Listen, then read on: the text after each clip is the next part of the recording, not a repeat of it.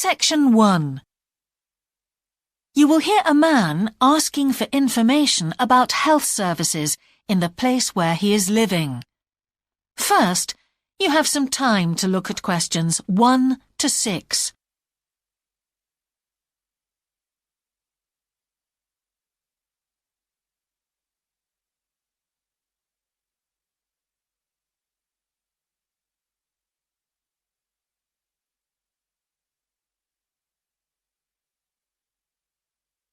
Now we shall begin.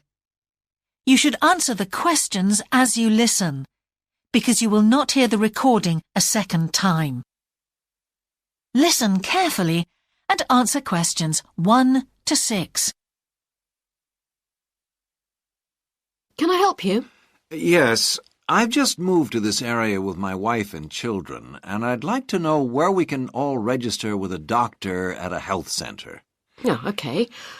Well, there's Dr. Green at the Harvey Clinic. We always recommend her for babies because she's very good with them and she runs a special clinic. Oh, actually, my youngest child is 5, so that wouldn't be any good for us. Right. Is there anywhere else I could try? Yes, the Eshcol Health Practice is the next one on my list. How do you spell that?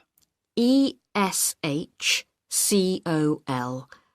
And it's Dr. Fuller who has space on his list. The clinic only opened a year ago, so the facilities are all very modern. That sounds good. And it's particularly good if you're busy during the day because they also do appointments in the evening. They're closed on Saturday, though. The only other place on the list is the health centre on Shore Lane. You can register with Dr. Gormley. That's Gormley. He's new there, but the centre has a very good reputation. Oh, yes. I think I know the road.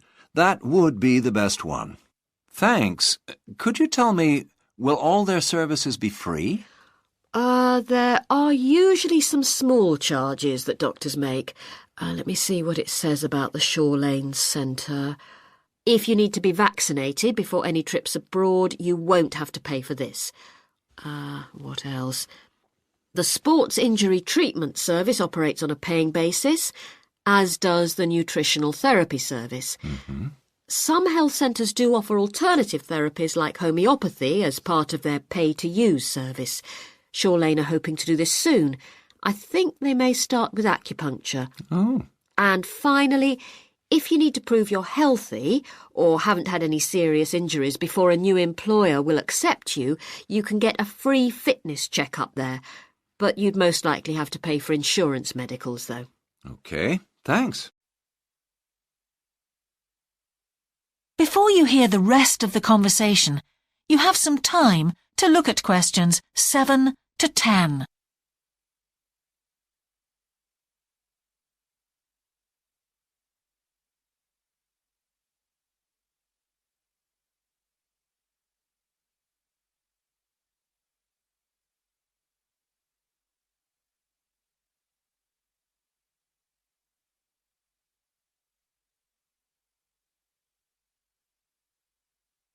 Now listen and answer questions 7 to 10. You might also be interested to know the centre is running a pilot scheme of talks for patients. I've got the list here. Actually, they look very interesting. What sort of things? Well, the first one's about giving up smoking. It's next week, the 25th of February at 7 p.m, and that's in room 4. It says the talk will stress the health benefits, particularly for people with asthma or heart disease. That sounds very interesting. There's also a talk for families with children. It's on healthy eating and takes place on the 1st of March at 5 o'clock. Will that be at the health centre? Actually, it's at the primary school on Shore Lane. I imagine they're inviting the parents of pupils there. It says here, all welcome. I might go to that if I have time. There's a couple of other talks. One giving advice about how to avoid injuries while doing exercise. It's on the 9th of March. Oh, it's a late afternoon talk at 4:30. And it'll be in room 6. It also says the talk is suitable for all ages. And finally, there's a talk called Stress Management, which is on the... That is the end of section 1. You now have half a minute to check your answers.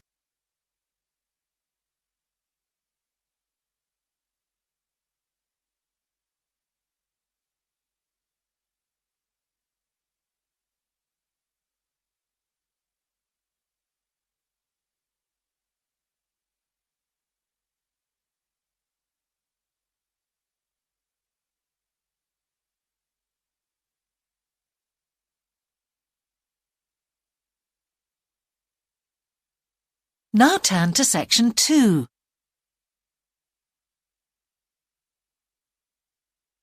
Section 2. You will hear a man who owns a holiday home talking on the phone to a woman who is staying there. First, you have some time to look at questions 11 to 13.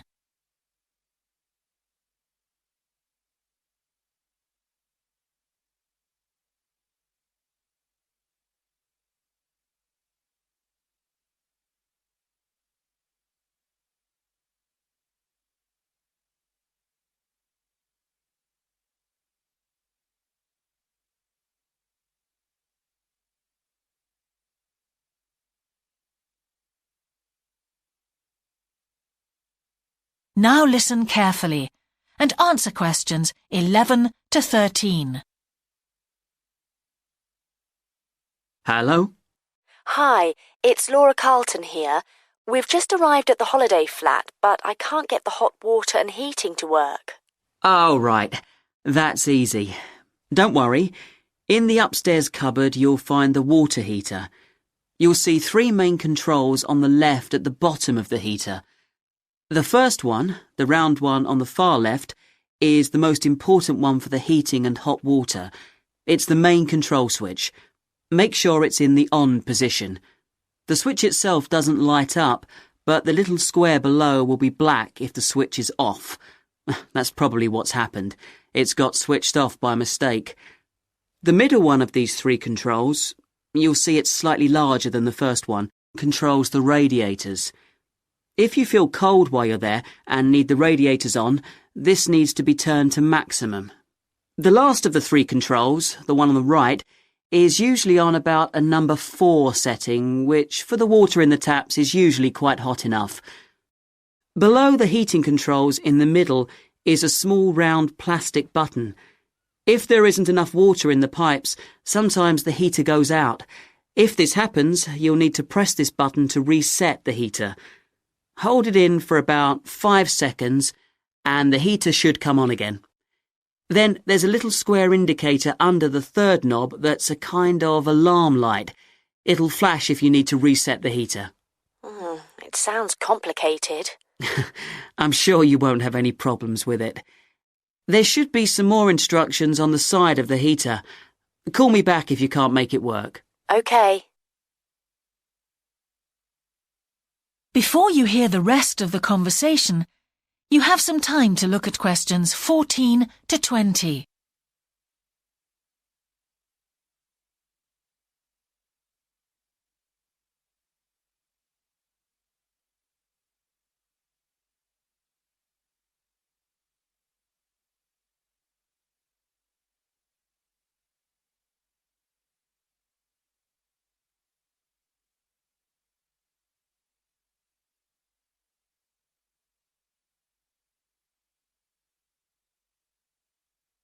Now listen and answer questions 14 to 20. While you're on the phone, we haven't managed to find a few things we need, like extra pillows for the beds and some washing powder. Is there any here? Pillows, yes. If you look in the cupboard, the large white one upstairs, to the left of the bathroom door, there should be 4 or 5 on the top shelf. And if you want to do some washing, there's some powder for that, probably by the back door. There's a kind of shelf there above the sink. In fact, I'm sure there's some there in a large blue box. You need about half a cupful for each wash. Oh, and that reminds me. The spare key to the back door is hanging on a hook on the wall by the sitting room window. Please make sure to put it back when you've used it. The previous guest lost it in the garden and I had to get another one made. And if you have any trouble with the lamps, you'll find some spare bulbs in a large cardboard box. It's on top of the washing machine with all kinds of useful things in it. Oh, and another thing I forgot to mention when we last spoke. Yes? I've left you a local map so you'll be able to find your way around easily. It shows the whole area. I put it in the top drawer of the chest under the TV in your bedroom. There's a whole file of local information in there too. Thanks. What about visiting the town? Can you give us any advice? Yes. You'll need to take the car. It's too far to walk from the flat, really. You have to pay to leave your car in all the car parks now, I'm afraid. I like the one that's by the station best, and you can walk to the town centre from there in 5 minutes. That's where all the best restaurants are. But if you want a takeaway, the Italian one does really good pasta and pizzas. Call 732281 for that one, or 766119 for the Chinese. They're both good, and they'll both deliver to the flat. As for places to visit, yes, do go and see the Railway Museum. The exhibition is small, but really good. It gets very crowded on Sundays, so I suggest you visit it on a quieter day, later in the week, but not on Thursdays, which is market day. You won't find anywhere to park, and it's also the only day of the week when they're not open. Anything else? Not for the moment. Thanks. That is the end of section 2. You now have half a minute to check your answers.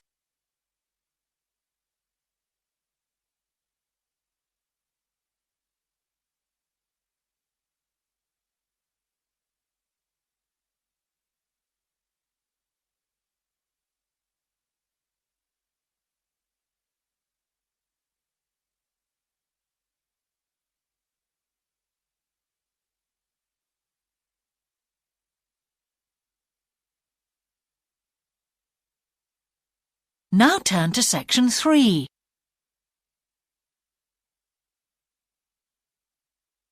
Section 3. You will hear a conversation between an English teacher called Paul and a former student of his called Kira. First, you have some time to look at questions 21 to 25.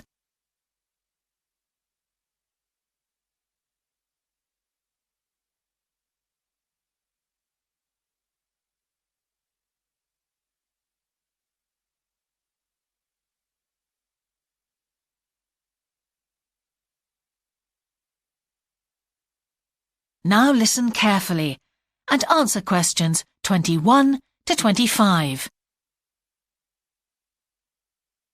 Hello, Kira. How are you? Fine, thanks, Paul. How are you? Well, thanks. It's good to see you.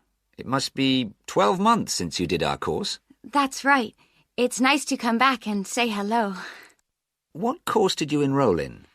Actually, I went straight into third-year pharmacy. They credited me with 2 years, which probably made it more difficult for me. On the other hand, you were lucky to be granted credits. Is that why you chose the course? Yes, and as I'd already finished a course in it in my country, I thought it would be easier if I studied something I already knew. I didn't realize you went into third year. I thought you started in first year. No wonder it was so hard. And what do you think is one of the big differences between studying at a university here and studying in your country? Well, I found it very difficult to write assignments because I wasn't familiar with that aspect of the system here. The main problem is that the lectures expect you to be critical. That made me feel really terrible. I thought, how can I possibly do it? How can I comment on someone else's research when they probably spent 5 years doing it? I think a lot of people who come from overseas countries have similar problems. But after a while, it became easier for me. People expect you to have problems with the process of reading and writing, but in fact, it is more a question of altering your viewpoint towards academic study. How was the content of the lectures? Was it easy for you? I didn't really have many problems understanding lectures. The content was very similar to what I'd studied before. And what about the lecturers themselves? Are they essentially the same as lecturers in your country? Well, actually, no. Here they're much easier to approach. After every lecture, you can go and ask them something you didn't understand, or you can make an appointment and talk to them about anything in the course. Maybe you found them different because you're a more mature student now, whereas when you were studying in your country, you were younger and not so assertive. No, I don't think that's the difference. Most of the students here do it. In my faculty, they all seem to make appointments, usually to talk about something in the course that's worrying them, but sometimes just about something that might really interest them, something they might want to specialize in. The lecturers must set aside certain times every week when they're available for students. That's good to hear. Before you hear the rest of the conversation, you have some time to look at questions 26 to 30.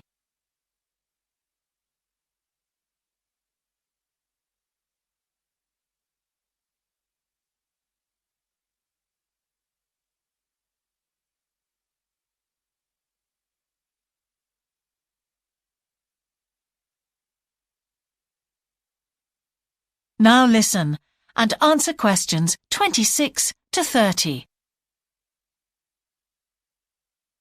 And how was your timetable?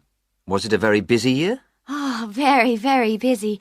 They make you work very hard. Apart from lectures, we had practical sessions in a lot of subjects. We did these in small groups. I had to go and work 4 hours every week in a community pharmacy. Actually, I enjoyed this very much, meeting new people all the time. Then in second semester, we had to get experience in hospital dispensaries. So every second day we went to one of the big hospitals and worked there. And on top of all that, we had our assignments, which took me a lot of time. Oh, I nearly forgot. Between first and second semesters, we had to work full-time for 2 weeks in a hospital. That does sound a very heavy year. So, are you pleased now that you did it? Do you feel some sense of achievement? Yeah, I do feel much more confident, which I suppose is the most important thing. And have you got any recommendations for people who are studying from overseas? Well, I suppose they need very good English. It would be much better if they spent more time learning English before they enter the university, because you can be in big trouble if you don't understand what people are saying and you haven't got time to translate. Anything else? Well, as I said before, the biggest problem for me was lack of familiarity with the education system here. It sounds as if it was a real challenge. Congratulations, Kira. Thanks, Paul.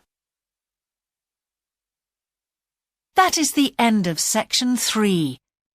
You now have half a minute to check your answers.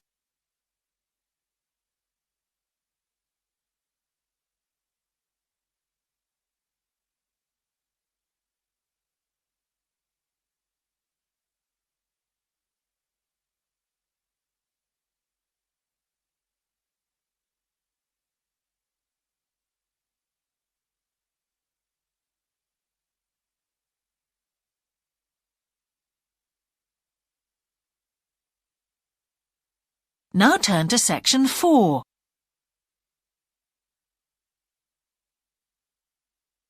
Section 4. You will hear a talk about a project on the wildlife found in city gardens in Britain. First, you have some time to look at questions 31 to 40.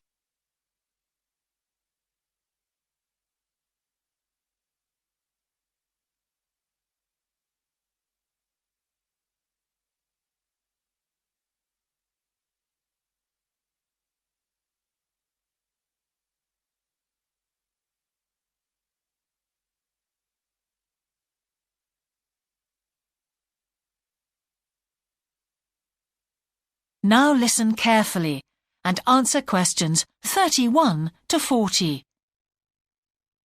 Good morning. Today I'd like to present the findings of our Year 2 project on wildlife found in gardens throughout our city. I'll start by saying something about the background to the project, then talk a little bit about our research techniques, and then indicate some of our interim findings. First of all, how did we choose our topic? Well, there are 4 of us in the group, and one day, while we were discussing a possible focus, 2 of the group mentioned that they had seen yet more sparrowhawks, one of Britain's most interesting birds of prey, in their own city centre gardens, and wondered why they were turning up in these gardens in great numbers. We were all very engaged by the idea of why wild animals would choose to inhabit a city garden.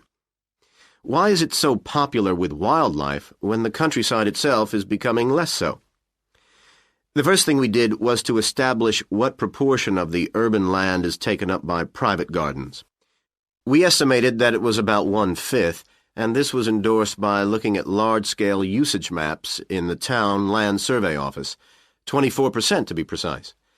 Our own informal discussions with neighbors and friends led us to believe that many garden owners had interesting experiences to relate regarding wild animal sightings.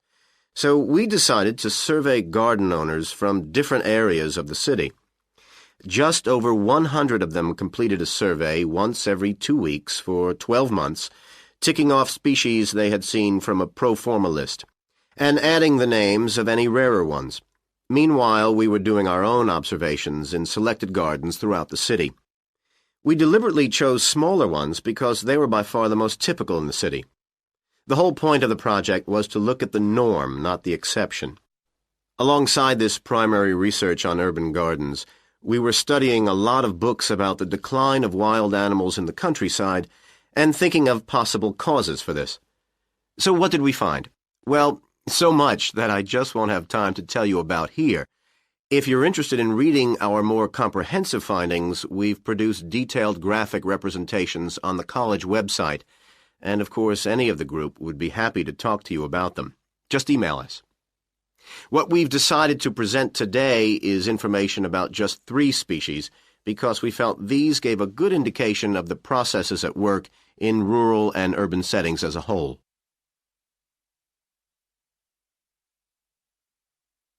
The first species to generate a lot of interesting information was frogs, and there was a clear pattern here. They proliferate where there is suitable water. Garden ponds are on the increase, rural ponds are disappearing, leading to massive migration to the towns.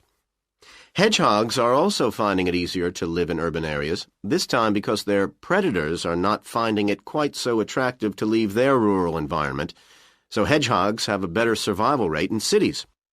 We had lots of sightings, so all in all we had no difficulties with our efforts to count their numbers precisely. Our final species is the finest of bird singers, the song thrush. On the decline in the countryside, they are experiencing a resurgence in urban gardens because these days gardeners are buying lots of different plants, which means there's an extensive range of seeds around, which is what they feed on. Another factor is the provision of nesting places, which is actually better in gardens than the countryside. Hard to believe it, but it's true. Incidentally, we discovered that a massive new survey on song thrushes is about to be launched, so you should keep an eye open for that. Now, I'd be happy to answer any questions you may have. That is the end of section 4. You now have half a minute to check your answers.